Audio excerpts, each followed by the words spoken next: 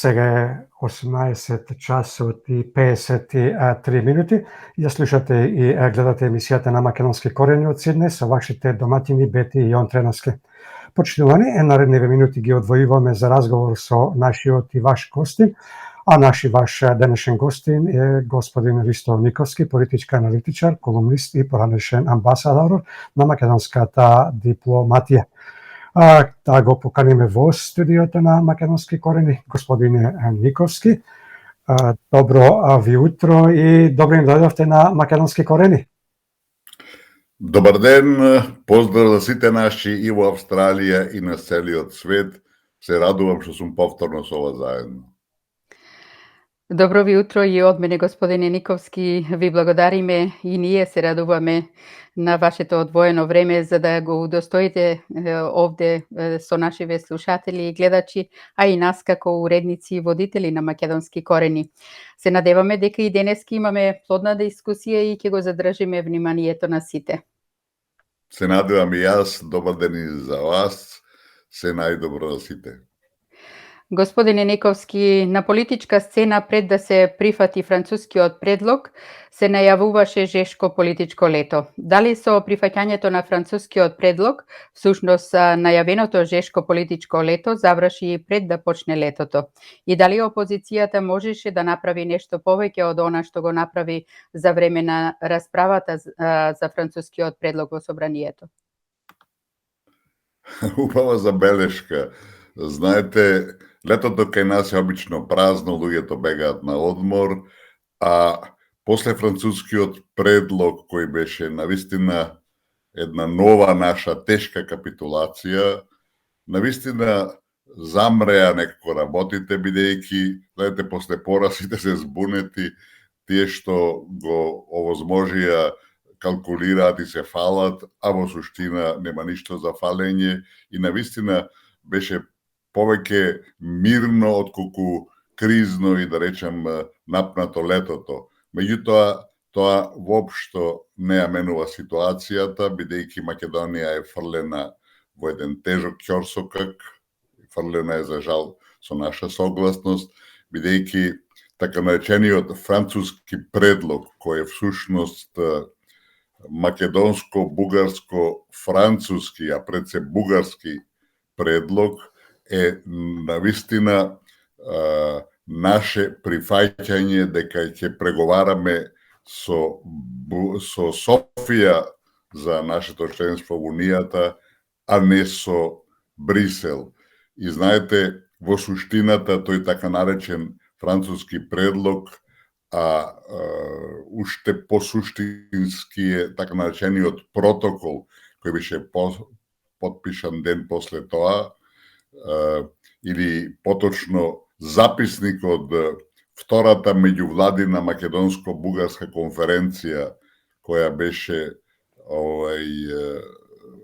обврска според договорот за непријателство меѓу двете земји, значеше де факто нов договор или сериозно проширување на тој од 2017 година, што де факто го направи и тој исто така катастрофален договор со Бугарија на исто ниво со грчкиот, со договорот од Нивици. Речникот кој е користен во тој протокол или записник е истиот што се користеше во Нивици и тоа покажува дека таа политика на уништување на македонизмот продолжува, за жал, со наша согласност. Велам, во целина, полека се враќаме во една жешка политичка есен, летото беше мирно во голем дел и ова што ќе следи, велам, ќе бидат тешки последици за македонскиот народ пред се. Во вторникот пратениците се вратија во законодавниот дом. Од ВМРО ДПМН најавија продолжување на активната блокада како една од алатките да примора владата да се оди на предвремени парламентарни избори. Некои аналитичари сметаат дека сето тоа е непотребно, бидејќи тоа е веќе завршена работа и дека дури немало потреба да се блокира промената на уставот, бидејќи наводно никој немал против вметнувањето на бугарите во уставот. Каков е вашиот став како аналитичар и дипломат по овие две прашања, господин Никовски? Видите, прво е кристално јасно дека опозицијата, мислам, прецизно кажа дека нема да го подржи уставот, промената на уставот, не информира исто така дека сите нивни пратеници подпишале изјави кај нотар дека нема тоа да го направат, затоа што знаете под маса интензивно се работи да се купат тие луѓе, да се уценат и така натака, а без нив нема промена на уставот, бидејќи во собранието ВМРО на ДПМН има 44 пратеници, Левици има 20 пратеници, што значи за 80 пратеници да гласат за промена на уставот или 2/3 од пратениците, потребни се 80, а ќе им фалат најмалку 6, иако има и некои други пратеници кои најавуваат, али треба се земе со резерва дека исто така нема да гласаат за промена на уставот. Знаете, кај нас очигледно не се вршат подлабоки политички анализи и дипломатски исто така, да се разбере дека промената на уставот и тоа без да се има реципроцитет со македонците во Бугарија, што е невидена глупост, разбирате, историска грешка, нешто навистина неприфатливо, ти да ги ставаш бугарите во македонскиот устав, ги имаш ака народ, а македонците кои беа стотици илјади, сега се помалку бидејќи се асимилирани еден добар дел, да ги игнорираш е нешто невидено, разбирате. Тоа е нешто што нормален човек не може да го разбере, а уште помалку да го направи. Знаете што е суштината? Суштината е што зашто прво никој не се прашува, а зашто толку инсистираат бугарите на нивно вклучување во уставот, мислам, кога билам бугарите на Софија. Има неколку причини кои се исклучително клучни, исклучително важни и добро осмислени. Прво, тие не бараат да бидат малцинство, како што некој овдека и коментатори, аналитичари под наводници тврдат дека со влесувањето на бугарите во уставот тие ќе покажат дека има македонци. Тие навистина пред неколку години, може има 10 години, Софија бараше малцинство да би се призна и после сватија дека ако прифатат малцинство во Македонија, значи има македонци, а бугарите се малцинство, разбирате. Сега тие одат на друга, многу по-бистра и по-паметна и по-суптилна и по-опасна комбинација која вела да бидат конститутивен народ.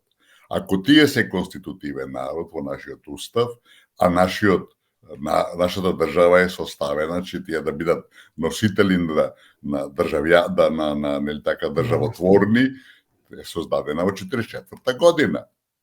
Ако тие биле, значи, конститутивни, ако бидат, не дај Боже, во нашиот устав, значи тие во 44 година биле на линија на создавање на македонска држава. Ако е така, а тоа ќе покаже дека ние им потврдуваме дека е така, тоа во најмала рака значи дека тие не биле фашисти, дека не биле окупатори. Во најмала рака, значи тие ќе биле тогаш администратори, што и тие претендираат сега. Значи ние на еден начин, индиректен, али крајно експлицитен, им потврдуваме дека тие во Втората светска војна не биле окупатори, не биле фашисти. Фаќате? И другото што е клучното и крајното и најопасното, значи тие влегуваат во уставот како конститутивен народ бугарите, со сите права што ќе ги бараат на голема врата, бидејќи ќе биде цело време ќе биде под притисок на Унијата. Тие, значи, а од друга страна, паралелно, се оди на уништување на бришење македонците како народ, што е нивна главна задача, има добар удел во тоа, бидејќи те успеева да во преговарачката рамка, која се уште не е усвоена со Европската Унија, главниот, де факто, критериум за Македонија ќе биде историјата. А историјата ќе диктира Софија. Значи, ние одиме во насока свесно, за жал, иако се прават нашите политичари дека не разбираат, да сами себе се негираме и на тој начин кој ќе ги избишат македонците, а тоа е целта, Разбирате, што веќе е јасно, во Европската Унија нема да не примат како македонци, без македонизмот што вика Софија, разбирате? И ако нема македонци, чија е државата? Бугарска, разбирате. Значи, тука ќе бидат бугарите главни, и од друга страна тука се албанците, и таа федерализација која се одвива под маса, али многу динамично, ќе се сведе на Словенско-албанска федерација, разбирате, формална или неформална, и на тој начин ќе биде дефинитивно затворено македонското прашање. Така да, тој факт кој може да изгледа на прв поглед потполно безопасен на внесување на бугарите во уставот е апсолутно сериозен, апсолутно неприфатлив, и јас мислам ако опозицијата не издржи во своите напори и обврска превземена да не го дозволи да не ја дозволи промената на уставот и внесувањето на бугарите во македонскиот устав, мислам дека ситуацијата ќе биде исклучително и крајно опасна и лоша за македонскиот народ. Господине Никовски, од ВМРО ДПМН најавуваат и референдум. Каков е вашиот став по ова прашање? Можно ли е со еден правилно осмислен референдум, односно референдумско прашање, да се вратат на агенда францускиот предлог, преговарачката рамка и договорот за добрососедство со Бугарија, па дури и оној договор од нивици? И дали со еден ваков чекор може да се мобилизира јавноста за да ја покаже фрустрацијата од досегашните чекори на оваа ненародна власт? Морам да признам дека таа идеја околу референдумот не ми е до крај јасна. Прво, знаете, се тврди во нашата јавност дека тој така наречен француски предлог, кој наше собрание за жал го изгласа, е непроменлив и дефинитивен. Тоа не е точно. Тоа е само една етапа во тие наши историски преговори со Европската Унија кои никако да почнат, и можности да се променат, да се тој промени, да се отфрли како таков, се апсолутно реални и не се спорни. Меѓутоа, знаете, кој ќе кажете француски предлог, нашиот обичен граѓанин не знае што е тоа, не знае за што се работи. Имаат оние што се поинформирани, некои начелни идеи, информации, така натака, на тоа се сведува, знаете. Ако Македонија оди на референдум, треба да биде тој референдум многу подиректен, а исто така ќе биде тоа и опасно да се преземе таков исчекор, разбирате, да се отфрли Преспанскиот договор прво, односно од нивици, пардон, и да се отфрли договорот со Бугарија. Меѓутоа, референдум во Македонија во дадените услови не може да успее. Знаете, според законот за референдум е одредено дека мораат да излезат 51% од избирачите во земјата за да тој биде успешен. По дадените услови, кога нашиот список, изборен список, изборните листи се преполни, нереални со избирачи, има многу кои што веќе во странство, кои живеат во странство и кои де факто не може да бидат дел на тој избирачки список, треба да има преку 900.000 луѓе кои ќе гласаат за да референдумот успее. Таква можност моментално не постои. Што и да биде, и особено ако двете македонски партии се спротивставени, а тие се. Значи, да одиме утре на референдум против тие два договори, власта, која контролира добар дел од медиумите, разбирате, која има целосна подршка од странците, кои интензивно работат на бришење на македонците, нели така, а овие домашни го спроведуваат тоа како политика, ќе имаат страшна кампања против тоа, и како што се случи со референдумот за катастрофалниот договор од нивице и тогашната промена на уставот, разбирате, кој не успеа де факто, али позицијата власта го игнорираше, одеше понатака и ја прекасти државата, значи не остави без македонизмот, така наречени без македонството. Значи, во суштина, референдум, да се оди на референдум сега е погрешно, бидејќи ништо не може да се постигне, а ако се создаде некоја атмосфера, некоја, да речем, да се раздвижи, да се разбуди народот, а да доживееш неуспех, мислам, че дека ми се чини дека целта ќе биде провашена. Така, до сега немам слушнато, ни јас, не знам вие дали имате слушнато, дека ВМРО ДПМН референдум бара. Сега таа бара референдум, можеби планира за кој ќе созреат условите за тоа, меѓутоа ќе оставиме времето тоа да го покаже. Дали повторниве посети на Болдужер дипломатијата потврдува дека Македонија е протекторат, а не независна држава? Поранешниот министер за Европа и сега актуелен пратеник во германскиот Бундестаг и председател на Германската комисија за надворешни прашања, господинот Михаел Рот, ја посети Македонија и порача дека требало уште малку да се направи, мислејќи на уставните измени со цел влегување на бугарите во него. Интересно е дека тој во неговата изјава ги користеше зборовите Македонија и македонците. Ке се фатат ли дел од пратениците и македонската јавност на ваквата јадица, обложена со благи зборови, кои не се искрени, или ако се суди према она што пратеникот од ВМРО ДПМН Антони Милошевски, кој е и председател на Комисијата за политички прашања, му го пренел на Рот на средбата која имале во собранието, може да се каже дека уставните промени нема да се случат?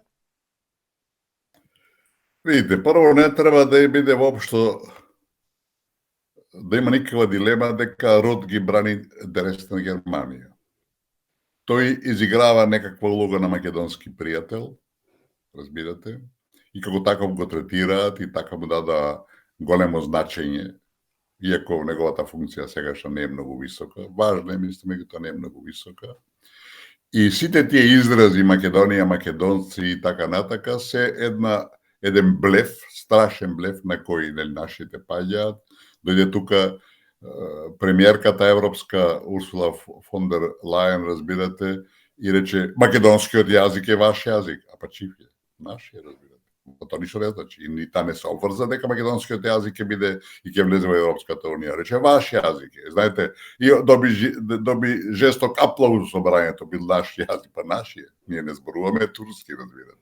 Така да, тие сите доаѓаат со намери да не прекрстат, да не избришат како македонци, а при тоа нема никакви скрупули, нели, и еден од комисионер или министер на Европската унија ни рече, па променете го уставот на балкански начин, значи нелегално, и така и го направивме, сваќате. Така да, велам, сите тие постати само покажуваат дека проблемите со Македонија им тежат, дека Европската унија се однесува према Македонија на еден империјален начин, на еден не само некоректен, него навредувачки, разбирате, и средновековен начин, али кога вие тоа го толерирате, тие ќе продолжат така, и мислам не треба да имаме никакви дилеми дека тие ќе направат се да ги постигнат своите цели, а дали ние тоа ќе го дозволиме, зависи од нас.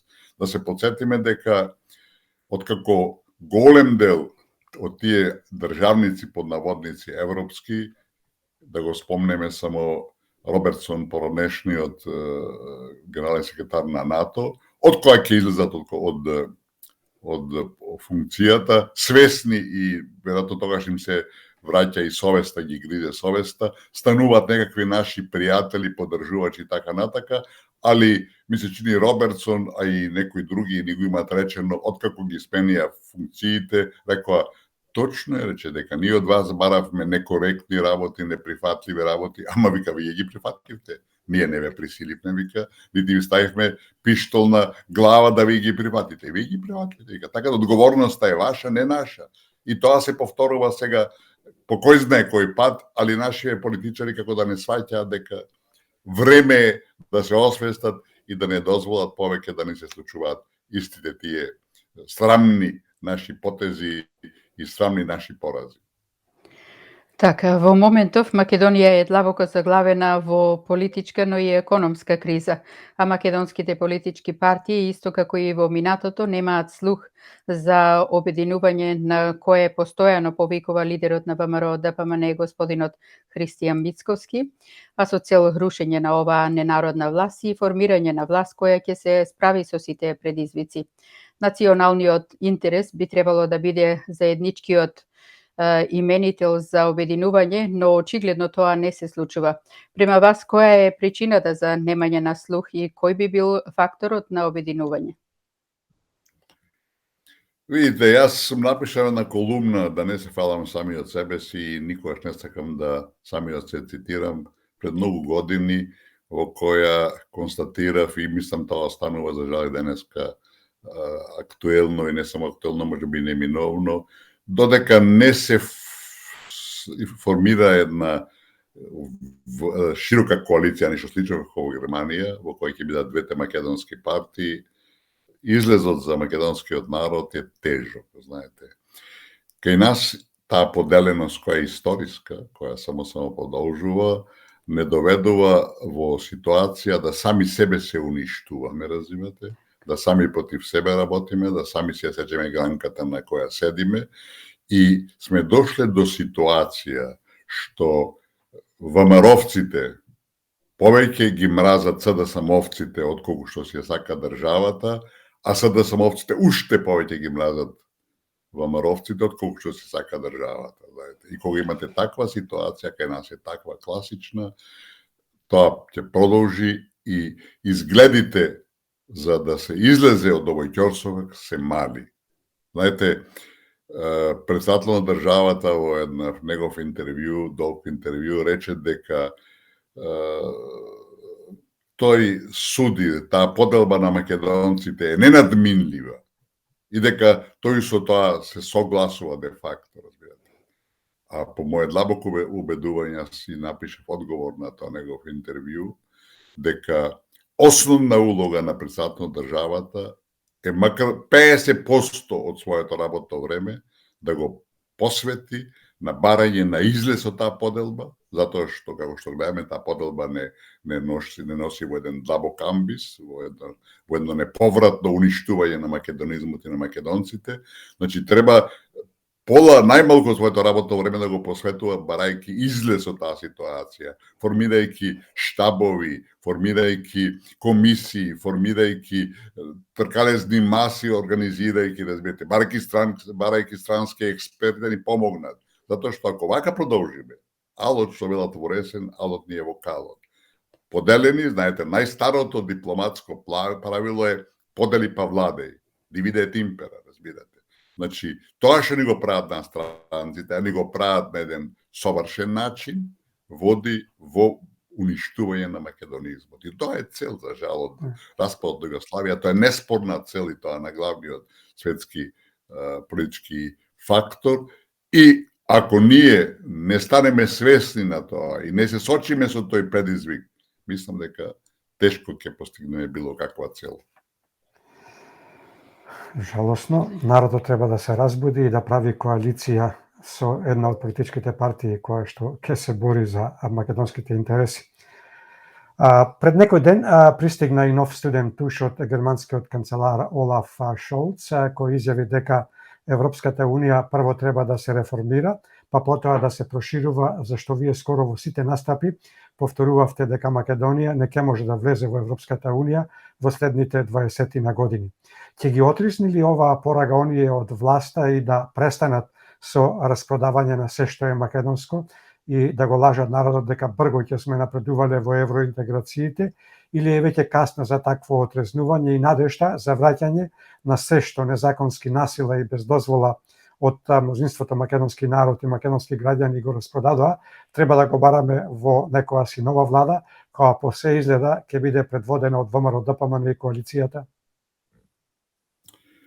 Нема сомнеш дека излез од оваа македонска ситуација се нови избори, иако објективно зборувајќи и тие избори не можат да донесат некоја драматична промена на политичката сцена во рамнотежата на силите кои постојат, разбирате, и горе-долу ќе биде повторно исто, иако сега сите изгледи се дека опозицијата ќе победи, меѓутоа, знаете, ако победи, како и сега со една разлика која ќе овозможи албанските партии бидат главни да ни диктираат, пак ништо не сме постигнале. Ние сме во ситуација да стотина македонски пратеници се надгласани, победени и уништени, ако сакате на некој начин, од 20 и колку албански пратеници.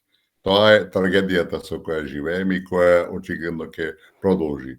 Знаете, пред да го прифатите францускиот предлог, пред да прифатите да бугарите влезат во нашиот устав, ако е целта е очигледно влез во Европската Унија, мора, нема тука никаква дилема, ако имате било каква одговорност, да направите една длабинска анализа кои се изгледите Македонија да стане членка на Унијата во еден разумен рок. Као што вие рековте, јас одавна прво беше 15 години зборував, сега зборувам за 20 години, а веројатно и повеќе бидат потребни ако Македонија било кога стане членка на Унијата.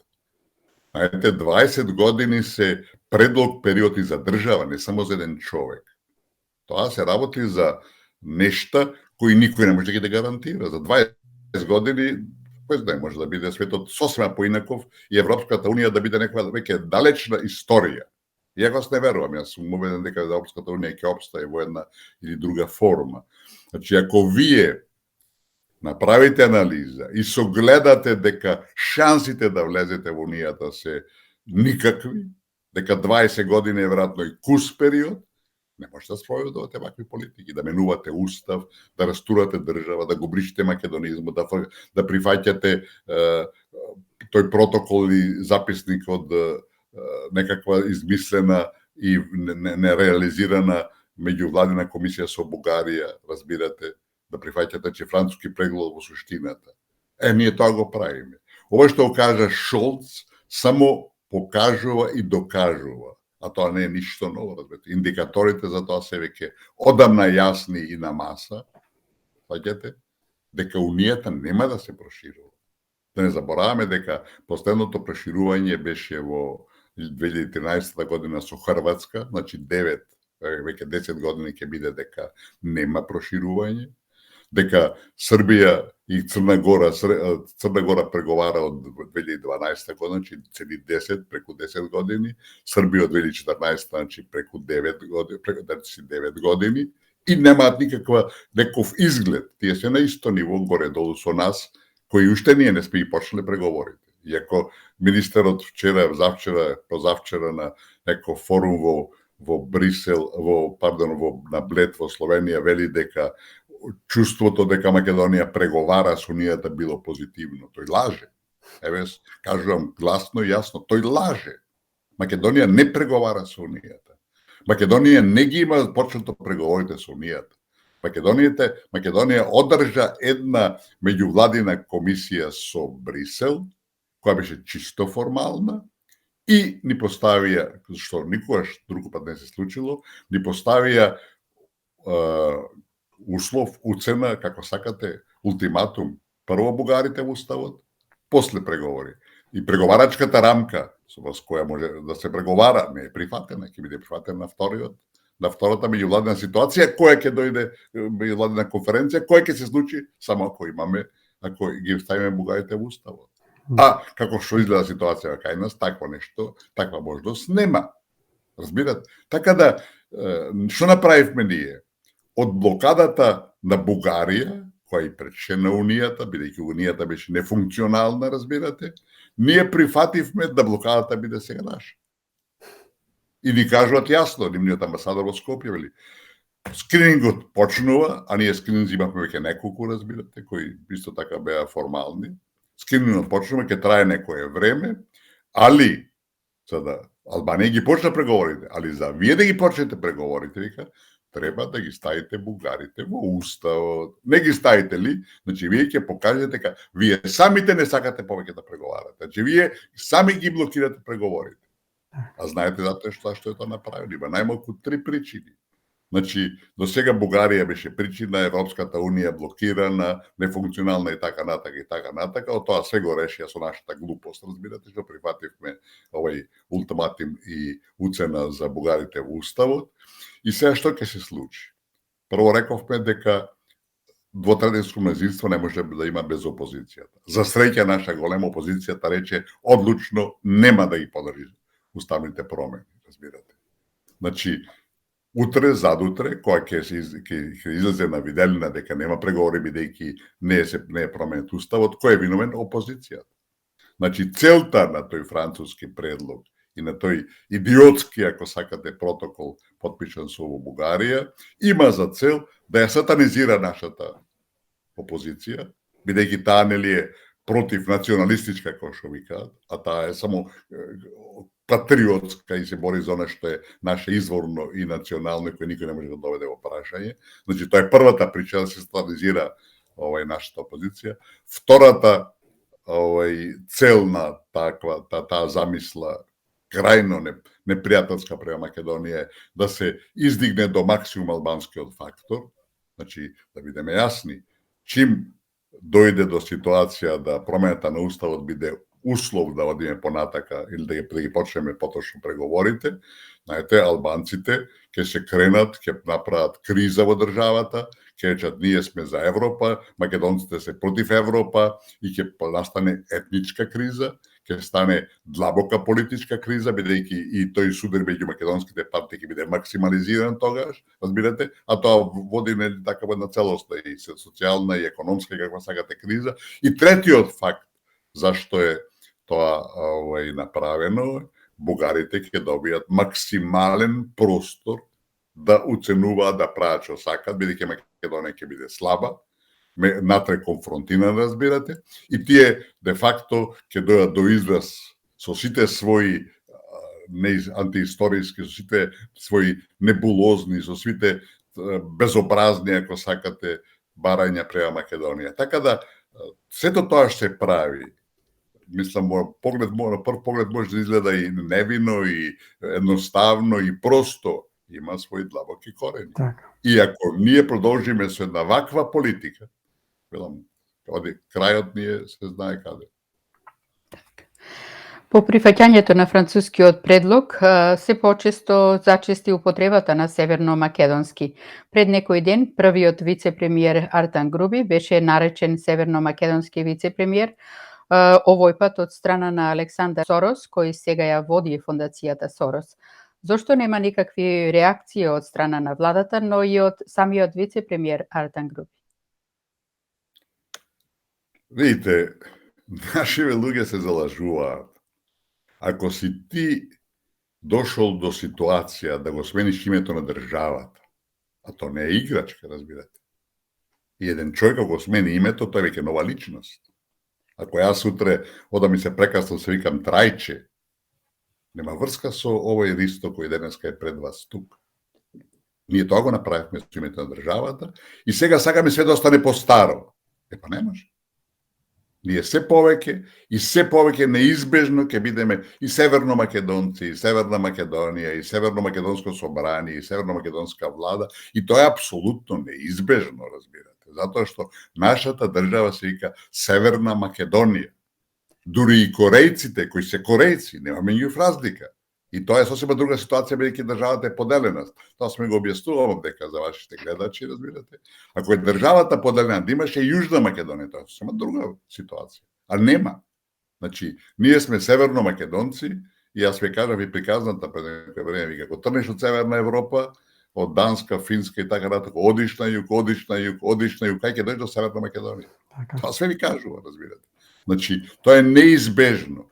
Нашите кодови МК и МКД со кои се фалиме ќе бидат променети во текот на преговорите, ако ги започнеме еден ден, дај Боже, разбирате. Затоа што не може МКД да биде на Северна Македонија. Не може, не одговара на вистината. И тоа ќе ни го постават како чекате, ви кажат. Не може вие да претендирате на тоа. Јас верувам ќе зборуваме подоцна и за ова што се случи во Белград на Винскиот саем. Државата им рече, не можете да користите Македонија македонски. Па како може да може да користите Македонија македонски вие, а сакате други да не викат Македонија македонски? И во тој контекст е клучно дека договорот од Нивици, разбирате, со кој ние прифативме да не сме повеќе Македонија, е билатерален. Не е тоа мултилатерална конференција, некој мултилатерален мировен договор и така натака кој ги обврзува сите, како што беше Букурешкиот другите договори после Втората светска војна и слично, кога ставаат така одредени решенија кои се општо за сите, разбирате. Ова не, ова е билатерален договор кој ги обврзува, која врзува само Македонија. Грција ништо не празе во тоа, разбирате. Има 3 меморандуми кои не ги ратификува собранието. Тамо се уште пишува Скопје, пишува Фиром и така натака, разбирате, све навредливо. И никому ништо, сваѓате. А ние сакаме цел свет да го почитува договорот капитулански наши, предавнички од нивици.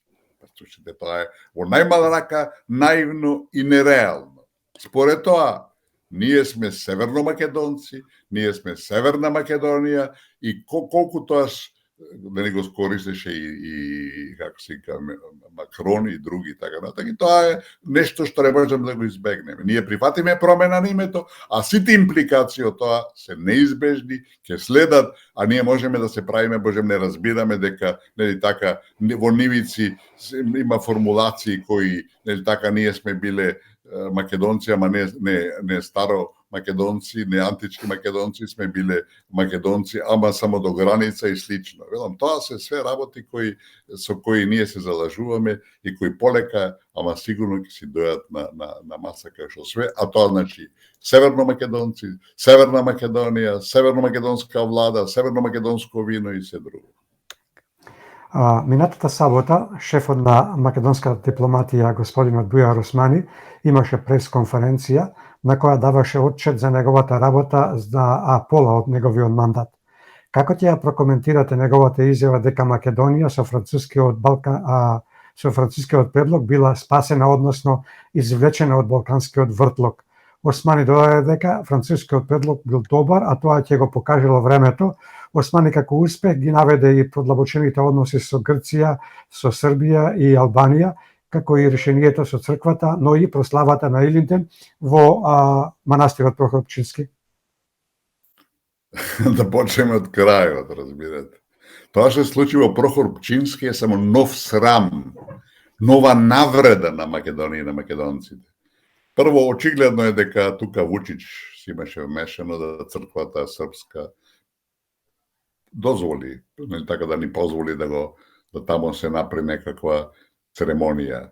Меѓутоа, вие да ставите плоча со која се така споменува тоа историско за нас заседание на АСНО на кое е сформирана нашата современа македонска држава и утредента да го тргнете тоа е играње мајтап со самиот себе, разбирате.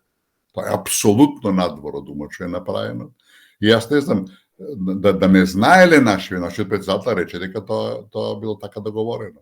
Значи, вие одите нешто, правите, изигравате нешто што не е реално, што не постои, и се одите дома и велите, така си поигравме малце мајтап со самите себе. Велам, тоа е толку страшно, толку примитивно, толку одвратно, ако сакате го слушнете, што јас немам други зборови. Ова што го зборува, инаку, Бујар Османи е нормално. Тој си е министер за надворешни работи, кој во голем дел од својата функционирање ги брани албанските интереси, не македонските. Тој е еден од тие крајни националисти албански во нашата држава, кои, велам, се што се прави, све во рамките, што се прави нашето Министерство на надворешни работи е во рамките на големо албанскиот проект. За жал тоа не е негова заслуга во наводници, туку зад него стои владата. И тој нормално се фали, разбирате.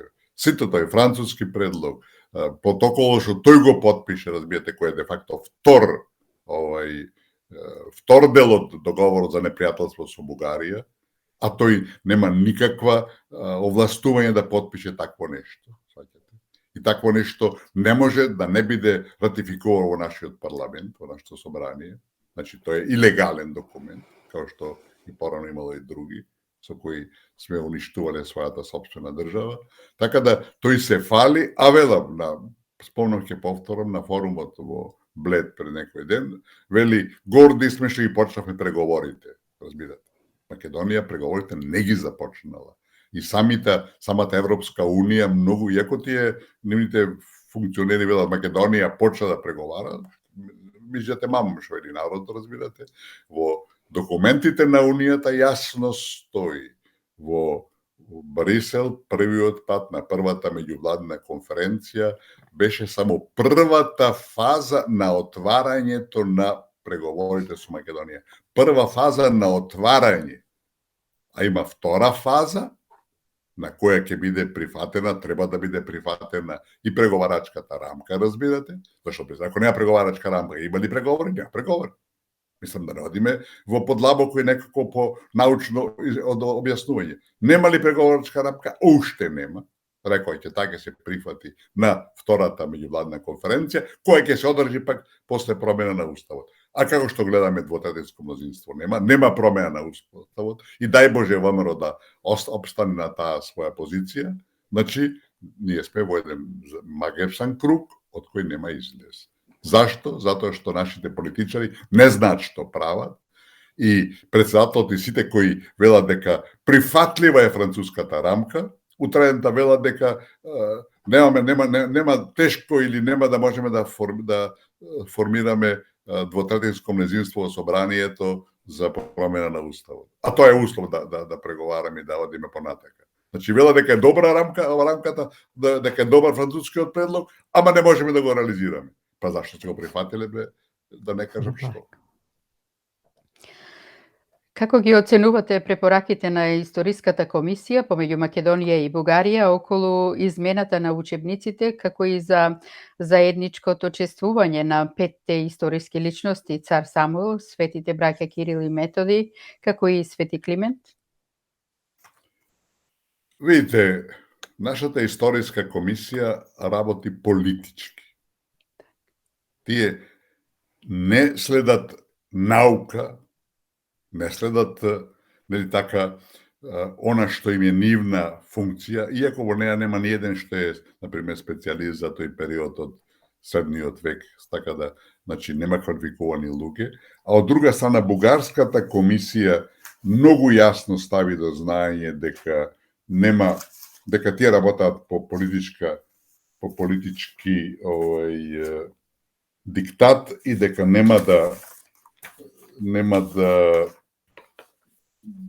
дека тие историјата им, разбирате, апсолутно за подмаса и не ја сметаат за нешто клучно, туку сакаат да ги наметат бугарските ставови.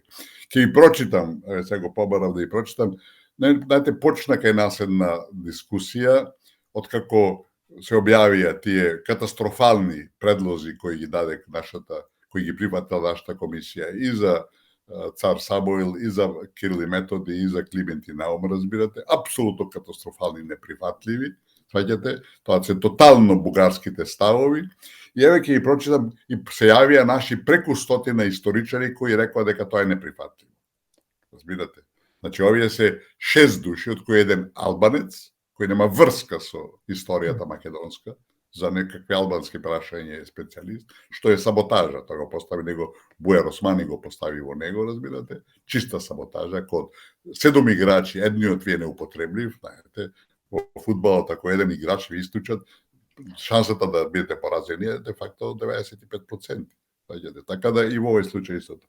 И еве, и после тоа, значи, после тоа имаше една реакција на комисијата, па имаше повторно, така, историчарите се јавува на разни форуми и така натака, и значи една плејада историчари која апсолутно стои зад ставот дека ова што го прават овие предавство на македонските интереси.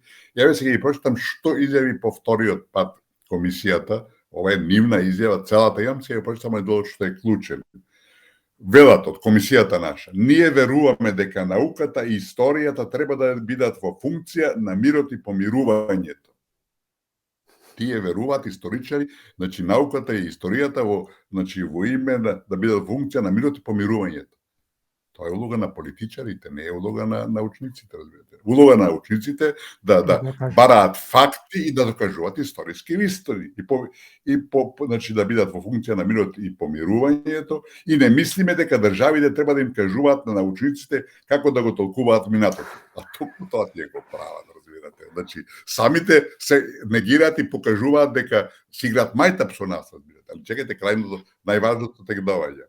Препораките, значи, кои ги даде комисијата, се само презентирање на основни историски податоци за личности кои Македонија и Бугарија би можеле заеднички да ги чествуваат, и сега обрнете внимание, со цел да ги подобрат билатералните односи или да ги подобрат своите учебници по историја. Па тоа ли е нивната улога? Политички. Значи да ги подобрат билатералните односи. А што ќе прават политичарите? Ќе истражуваат историски факти, разбирате? Значи, самите, знаете, кои ќе навлезете во криминалот, не може да го скриете. Што и да кажете, сакали не сакали, ќе се издадат. Еве, тие се издадат, да разбирате. Значи, тие кажуваат, еве, тоа е нивна официјална, вие цитирав од збор до збор. Покажува дека тие водат политика. Чим водат политика? Чија политика водат? Бугарска политика, која е за жал поддржана од нашата политичка врхушка, која не знае што сака, али го сака тоа веднаш, затоа што нивните странски ментори тоа им го налагаат, диктираат и ја водат Македонија во амбис. Така. Вие доаѓате од дипломатијата со долгогодишно искуство и многу добро ја познавате надворешната политика. Од поодамна се зборуваше дека Европската Унија ќе го напушти начинот на гласање со кое се овозможуваше една земја да стави вето. Сега и германскиот канцелар притиска тоа да стане реалност, поточно гласањето да биде мнозинско. Дали ово е еден вид на замка, бидејќи и за тоа да се изгласа, да изгласа таа промена, треба да сите членки да се согласат со таа промена? Точно така, мислам, забелешката ви е апсолутно на место. Не само Шолц, сега Шолц тоа го реафирмира и јасно ни кажа дека без да се направат реформи во Унијата нема проширување. А да се направат реформи во Унијата треба најмалку 10 години. А Македонија со сите своји багажи кои ги има зад себе Грција и Бугарија пред се, ќе преговара најмалку 20 години. Значи тој дел од 20 години што го зборуваме сега веќе 30 години, што е надвор од умот, нели така? Ништо за 30 години нема да се планира. Знаете, фактот е она што вие го кажавте, да се дојде до менување на начинот на гласање во Унијата, на едногласност, треба сите да се согласат. Унгарија, Полска, Балтичките веројатно држави, сите мали држави, па Бугарија пред се во дадена ситуација, никогаш нема се сложат на тоа. Според тоа е една утопија која ќе ја блокира и понатаму Унијата и прва жртва ќе биде секогаш проширувањето, бидејќи да бидеме јасни. Во Франција, во Германија, во Холандија, во Данска нема апсолутно никакво разбирање за проширување на Унијата, а тоа значи дека и Србија и Црна Гора ќе преговарат уште кој знае колку, а Македонија може никогаш нема да ги почне преговарите. Владата продолжува да се задолжива од потребните 900 милиони евра потребни за покривање на буџетската дупка. Владата успеа да обезбеди само 50 милиони евра, кои пари ги обезбедила преку заем од Шпаркасе банката. Како ќе го прокоментирате ваквото задолжување? Задолжувањето кое го прави Македонија е пострашно од она што го правеше Грција на времето и која дојде до тотален банкрот, разбирате, ја спасуваше Европската Унија, бидејќи да не забораваме, Грција е членка на еврозоната и тие се спасува себе си, а не Грција. Да Грција банкротираше, ќе беше еден слом, крах, не знам дали е тоа баш македонски, дали се македонски изрази, и на самото евро. Македонија нема таква подкрепа и ова што се прави, да ти позајмуваш 900 милиони евра како буџетски дефицит во ситуација кога македонскиот GDP, бруто национален производ, е некаде преку 10 милиарди евра, значи 10%. Тоа е сечење на гранката на која седиш. Македонија никогаш не може да ги врати тие долгови, разбирате? Никогаш. И не само сега. Минатата година беа преку милиарда позајмени, сваќате. Така да нашиот долг ќе станува невозможен неиздржлив и мене ме чуди што опозицијата на таа линија не игра поагресивно, бидејќи со ова се уништува не нашата иднина, него нашите внуци и правнуци, разбирате, кои ќе доаѓаат. Македонија тие пари не може никогаш да ги врати. Тие се не залажува пред некоја година дека се должуваат бидејќи се ниски каматните стапки, разбирате, сега се огромни. И тогаш еден врвен наш финансиски експерт рече, да рече, сега се каматните стапки ниски, вие се залетувате да земете пари, ама кои ќе ги враќате, бидејќи што прави Македонија? Македонија најчесто не ги враќа долговите, само ги репрограмира. Знаете, ако до годинава треба да вратиме 500 милиони евра, ние ќе земеме 500 милиони нови кредити за тие пари и ние ги враќаме и овие повторно ќе се положиме да ги отплатуваме, разбирате? Така да тоа е еден перпетум мобиле кој ја уништува долгорочно државата и ова што се прави е де факто сечење не на ранката на која седиме, него пукање во глава. Так.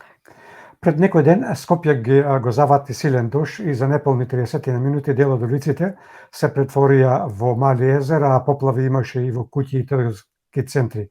Политиката и во оваа природна појава си најде простор, односно материјал за препукување. Има ли нешто во Македонија кој може да помине без да се замеша политиката, односно политичарите кои сакаат да втјарат некаков политички профит од тоа? И кога сме кај замешаноста на политиката, дали случувањата во Рачиново со исклучување и приклучување на струјата е поврзана со политиката? Видите, Рачиново е само нов срам за оваа држава. Објавија дека од една од трафостаниците 96,1 или 2% од струјата била украдена. Што правева до сега? Тие сега 3 дена исклучија струјата, одма албанските политичари излегува на сцената, го решија проблемот, кој не е решен де факто, зашто продолжува, кога се смени ситуацијата, потребна е година дена. А што чекаше Евана, разбирате? И тие под политички притисок си молчаа, иако беа свести дека 5 милиони евра годишно се кради струја во Рачиново само. Размислете, тоа во Германија да се случува, ќе биде скандал и ќе биде проблем, а не во една Македонија. Така да тоа само покажува наша тотална неспособност, разбирате. Иначе, невремето беше страшно, тоа ме погоди кај мене, малце ми протече, падне на дрвот кај комшиите ми, ја оштети оградата и така натака. Тоа беше навистина како ураган, какви што гледаме во Америка и во други места, разбирате. Во Македонија такво нешто до сега немало или многу ретко имало. Али тоа повторно покажа дека ништо во државата не функционира како што треба. Канализациите за атмосферската канализација, разбирате, зачепена, некорисна, разбирате. Каналите некаде се покажува на разни места, неисчистени, затрупани, разбирате. Знаете, кога работите недомакински, кога работите неодговорно, прашање е само кој ќе удри каменот по глава, не дали ќе удри, кој ќе удри. Па нас не удара. Не удара тука, не удри со ковидот, разбирате, кај што имаме меѓу неколкуте земји со најголем број на смртност и така натака. Знаете, се што е лошо ќе дојде до израз, само прашање кога, не дали. А кај нас тоа за жал се покажува секојдневно на еден, на друг, на трет начин и тоа покажува дека оваа власт која сега ја води државата веќе колку 5 години е апсолутно неспособна, апсолутно неквалификувана за ништо. Па земете го образованието. Тоа што се случува е стварно надвор од умот. Така. Правосудството можеби не е ваш терен, но веруваме дека ги следите состојбите со се она што се случува. Како гледате на случајот со обвинителката Русковска, која моментално е суспендирана? На кого му пречи обвинителката Русковска? Каква порака испраќа власта со суспензијата на Русковска? Ќе се најде ли некој кој после сето ова ќе се нафати да се бори против корупцијата во највисоките кругови на оваа власт? Или ќе продолжи моментално избраниот обвинител Трајче Пеливанов се до истекувањето на мандатот на Русковска во ноември? Видите, Русковска има позадина, разбирате, своја, да речам, кариера која не е многу за фалење. Има многу работи кои се направени, кои биле точно на линија на ова против кое сега таа се бори, така барем изгледа. Меѓутоа, во овој случај, таа е апсолутно во право. Јас немам информации, мислам, тоа само има одредени индикатори лево-десно. Таа го стави прстот во медот, го стави прстот во високиот криминал кој се случува во држава и одма доби по прсти, разбирате. Така да, сето тоа што се случува и нејзиното суспендирање од главниот обвинител, кој сака да стане уставен судија, нели така, и мора да игра по тоновите, по музиката на власта, покажува дека во ова наша Македонија нема мафија, како што има во секоја држава, него мафијата има своја држава, разбирате. Така да, ова е класичен пример дека мафијата не е допирлива и дека и таа, која има навистина многу работи за кои треба да се осудува и да се критикува, овој пат беше во право и се тоа што се случува понатака покажува дека апсолутно е допирливо, криминалот во Македонија не е допирлив. И самиот факт што таа се обрати до странските амбасади, кои сите го критикуваат, јас го поздравувам као факт, таа ја постигна целта, иако тие и без тоа следат, али со овој чин таа им даде до знаење. Вие цело време, американците цело време повторуваат дека во Македонија владее корупција, дека правото нели така се игнорира од сите аспекти. Еви пример. Така да интересот на странците е постигнат, тие тука ќе го следат тоа во милиметар, али како ќе заве целата работа, јас сум помалце песимист, бидејќи рекол како дека во сите држави има мафија, кај нас мафијата има своја држава. Према вас, кој е најголемиот проблем или поточно проблеми со кои се соочува владата на Димитар Ковачевски? Барањето на предвремени избори од страна на опозицијата или проблемите со кои се соочува македонскиот народ и македонските граѓани? Дали излез од оваа криза единственото решение треба да се бара во предвремените парламентарни избори? И зошто? Видите, владата на Ковачевски, сегашната наша влада, де факто нема решение за ниту еден проблем, ниту имаше претходно. Тие следат некакви странски интереси и главната цел им е да го унишат македонизмот, разбирате, да ги задават интересите на странците. Единствено решение се предвремените парламентарни избори, за кои владата апсолутно не е заинтересирана, нормално. Тие имаат власта и знаат, ако дојде други на власт, може да почнат да плаќаат за сите овие криминали кои се прават моментално и за кои сте сме свесни, сте ги знаеме. Само велам, никој нема можност, нема сила, нема власт да се соочи со нив. Така да, мислам дека основна задача на опозицијата мора да биде присилување на оваа власт да оди што побрзо на избори, бидејќи тие никогаш нема да прифатат ако не се присилени. И мислам дека опозиција тука нема јасна стратегија, нема јасен план, што и како да направи да ги присили на предвремени избори. Да се подсетиме дека додека овие сегашните беа во опозиција, правева и шарена револуција, што не праве, разбирате, тајни разговори објавува, блокира влада, разбирате, кампуваа пред влада. Овие, мислам, сега имавме излегу демонстрирање на маса народ, јас на сите ни вречи учествував, кои така ги пуштија повторно низ вода без никаков конкретен резултат. Ако не се преземат сериозни мерки од страна на опозицијата, кои ќе водат кои ќе ги направат предвремените парламентарни избори неизбежни, ќе продолжиме да талкаме, односно не да талкаме во место, него да пропаѓаме се побрзо и побрзо во еден длабок амбис. Господине Никовски, разговоров сакаме да го продолжиме со неколку блиц прашања на кои би сакале да ни дадете и блиц одговори. Дали опозицијата со негласањето за уставните промени влегува во стапицата на самоблокирање која ја постави Европската Унија? апсолутно влегува, али мислам дека друг избор немаат и мора да се однесуваат одговорно, а тоа значи да ја спречат промената на уставот, бидејќи без тоа отидовме јабана, што вели нашиот народ. Така, Бугарија промената на уставот со цел да се вметнат бугарите во него, го стави како услов за отпочнување на преговорите за членство на Европската унија. Ако власта и понатака стои на ставот дека нема да има предвремени парламентарни избори, а опозицијата остане цврсто на ставот дека нема да гласа за измена на уставот, дали со ваквата состава Македонија ќе влезе во лавиринт на вечен скрининг и кои методи треба да се одберат за да не дојде до тоа? Тоа веќе горе-долу го абсолвиравме, мора подхитно да се преземат чекори кои ќе ја присилат сегашната власт да се оди што поскоро на избори, а тоа очигледно есенова е тешко да се постигне, значи некаде најрано на почетокот на следната година, односно следната пролет.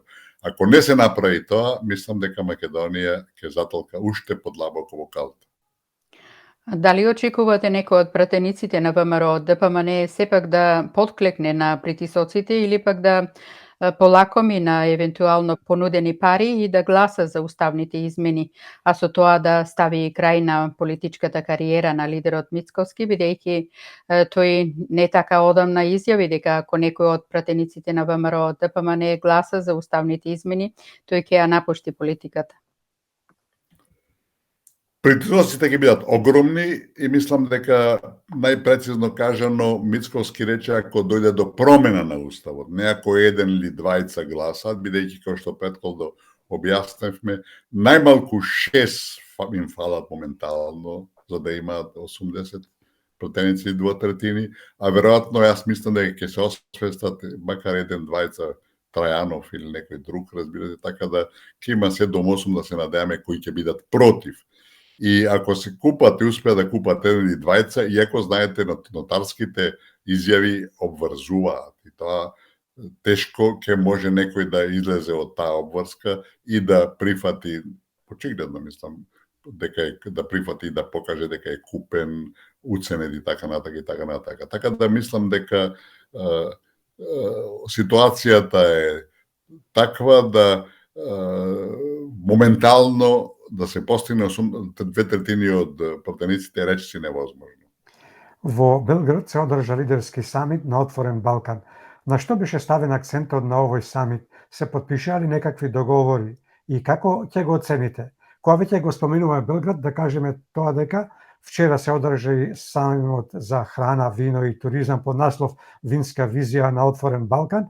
Беше ли дозволено да се промовираат македонските вина и македонската храна или имаше забрани како и во последните неколку години? Видите, да вашата влада, односно нашата влада, под наводници нашата, разбирате, бидејќи таа се, ама не е наша влада, да даде инструкција дека не може се користи македонски и Македонија на саемот, што кажува се, мислам. Не треба никако тука да се коментира и објаснува. А истовремено велат, она преска им изборуваме на таа тема, не сме ние северно македонци, Северна Македонија, што сме ако не сме северно македонци, ако не сме Македонија и македонци, разбирате. Видите, во целина тој Отворен Балкан е позитивна иницијатива, разбирате, иако има тука и разни опасности и разни, нели така, состојби кои мора да се согледаат однапред, да се контролираат и слично, бидејќи ние сме сепак тука најслабиот и најмалиот партнер. Значи, во целина е под позитивна иницијатива, имаше некакви нови договори таму. Таа ми се чини дека иницијатива споро се развива и околу тие премини на границите, нели така, се чека со сати камионите, рекоа дека тие ќе минуваат без задршка. Значи, споро оди, очигледно има отпори, али велам позитивна и треба се подржи и секој нов настан и овој сајмот за вино е позитивна иницијатива, ќе има сигурно и други, велам, тројцата премиери во тој поглед покажуваат позитивни активности кои мора да се подржат. Дали оваа ненародна власт избрза со нејзините одлуки како што беше промената на историското име, како и со прифаќањето на францускиот предлог и дали таквата избрзаност се должи на немање стратегија и неспособноста на дипломатијата?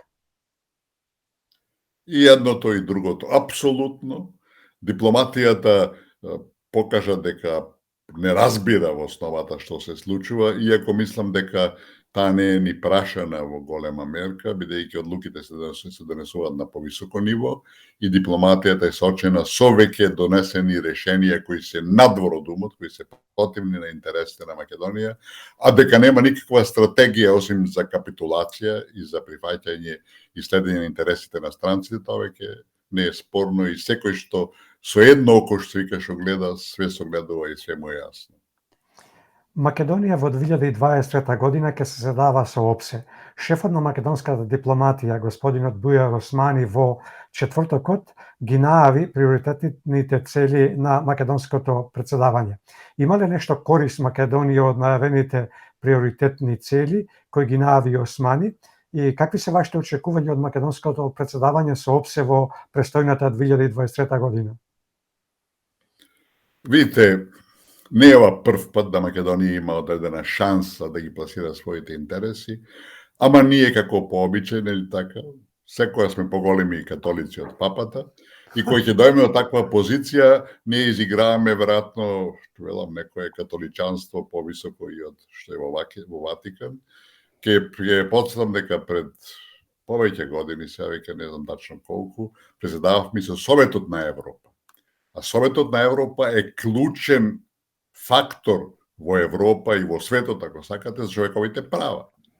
Со прст не мрднавме да пласираме некои своји интереси, ние таму исто изигрававме некој космополитизам, разбирате, по кој сме познати за жал и во негативна конотација на тоа. И од она што видовме што зборуваше во Виена министерот, нема ништо она што е нешто македонски интерес. Велам, ние ќе бидеме на линија на геополитичките интереси, на геостратешките интереси на големите, а она што е македонски интерес, што сите други, бидете уверени, го прават кои ќе дојдат до таква позиција, во нашиот случај ќе изостане како пообичај, бидејќи реков, ние сме поголеми католици од папата. Пред 2 дена почна учебната година. Како ќе го прокоментирате немањето на учебници за дел од учениците? Дали оваа власт го прави сето ова намерно или тоа е поради нивната неспособност и поради исполитизираноста на општеството? Па и едното и другото. Јас мислам дека основата е пред се неспособноста на власта, разбирате, и криминалот, бидејќи да не забораваме, не само што нема сега учебници, разбирате, што ќе бидат некаде во април, значи при крајот на годината готови, за 4 оделенија, ако не се лажам, да не забораваме дека немаше ни свидетелства. Знаете, кој ќе заврши школската година, главниот настан се поделба на свидетелствата. Се собираат децата, родителите, се слави крај на школска година. Знаете, тоа е етапа во животот на секое дете и на секој родител. Па немаше свидетелство, разбирате. Така да, тоа од кај да погледнете во нашава држава, разбирате, во кој аспект да го ставите прстот, секаде дупка, ништо не функционира. Тоа е за жалосно, ама е така и тоа покажува дека промената на оваа власт мора да дојде што поскоро и тоа во интерес на секој граѓанин. Дали Македонија се движи кон енергетски колапс и дали компаниите се подготвени да го издржат тој удар или пак ќе бидат принудени да ги отпуштаат вработените? Тоа веќе и се случува, да знаете, и она што стигнува до нас од компании кои биле успешни, кои добро работеле, се гледа дека електричната енергија, односно трошоците за енергија им пораснале 10 пати, знаете. Тоа најголемите компании во светот не може тоа да го издржат без тешкоти и без често пати отпуштање работници, затварање.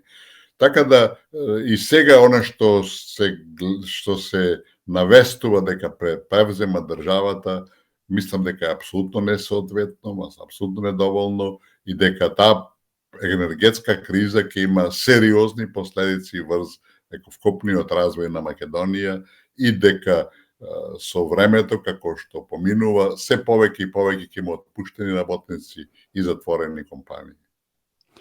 Господине Никовски, каков е вашиот став за последната одлука на Македонската православна црква, Охридска архиепископија, околу интеграцијата, поточно реинтеграцијата на владиците и свештенството на расколничката ПОА на Вранишковски со МПЦ?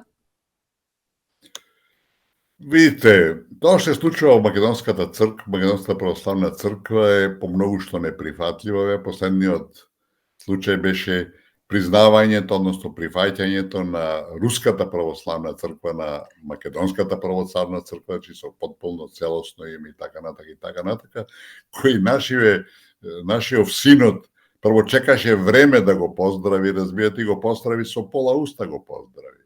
И тие се уште им е главно томосот од Истанбул, разбирате, од патриаршијата тамошна, кој де факто ја десеткува нашата црква, ги забранува епархите во странство, значи ја бриши нашата диаспора, иако веќе сами се откажавме од македонците во Бугарија и во Грција.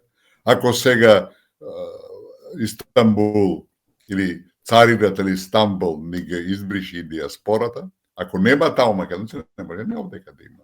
Така да тој концепт, тоа сценарио на бришење на македонците е повеќе димензионално и црквата е онај крајниот удар кој се случува, сваѓате? Така да, велам, ова што го води сега наша православна црква, Македонска православна црква, е очигледно по диктат на политиката, погрешно, и тоа само ќе покаже сите своји последици во еден многу кус период, бидејќи, велам, ние по секоја цена не можеме да прифатиме да нашата црква не биде повеќе македонска. Ако има македонска црква, ворете. Ако нема македонска црква, другата не ни е потребна.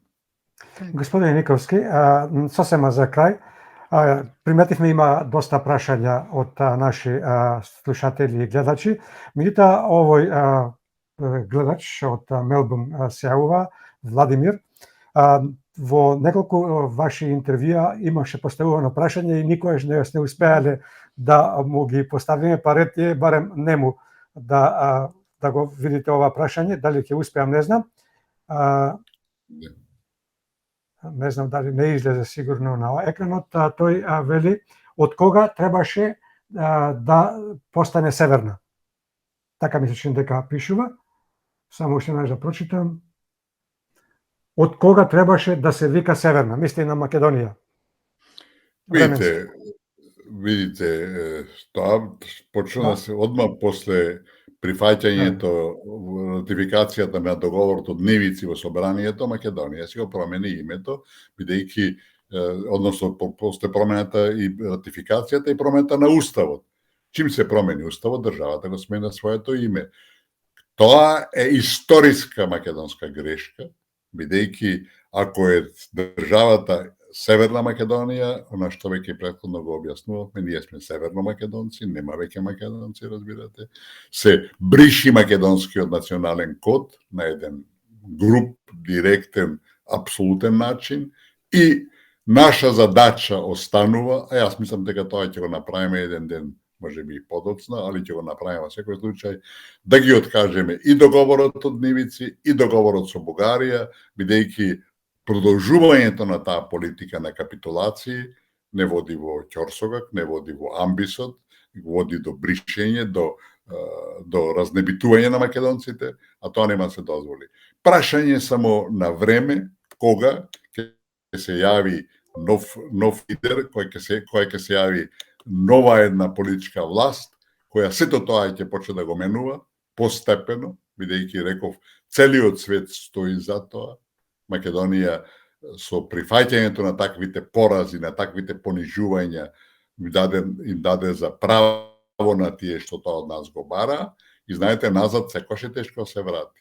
Али, ние немаме друг избор од кога да се вратиме и прашање само кога ќе почне тоа враќање назад и бришење на сите тие капитулации, бришење на тие срамни порази и враќање на она што е наше, а тоа значи и нашето име, тоа значи и нашиот идентитет, тоа значи и нашиот јазик и сето тоа што универзално ни припаѓа, али велам, треба прво да се истуркаме предвремени избори, да се промени оваа власт, бидејќи оваа власт не е кадарна ниеден проблем да реши, а најмалку, единствено е кадарна да продолжи со порази и со предавства на она што е суштински наше, национално, историско и како сакате.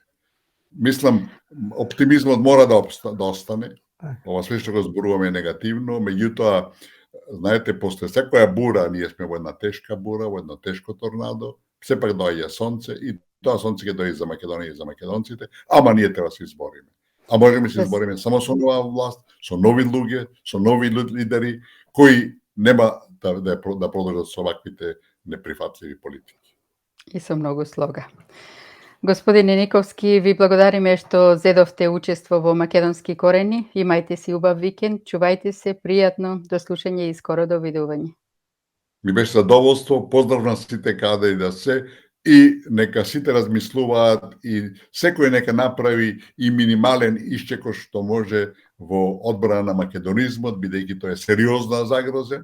Ние овдека треба да бидеме најагилни, најорганизирани и најборбени и мислам дека тоа полека ќе дојде на дневен ред и мислам дека и уверен сум дека ќе успееме и никој нема да ги успее, никој нема да успее да ги збриши македонците, бидејќи ние сме сепак како и пире на некој начин неуништливи. Тоа го покажа историјата и тоа ќе го потврдиме и сега. Поздрав за сите и се најубаво. Дај Боже. Довидување и до слушање. Секој е добро. До скоро.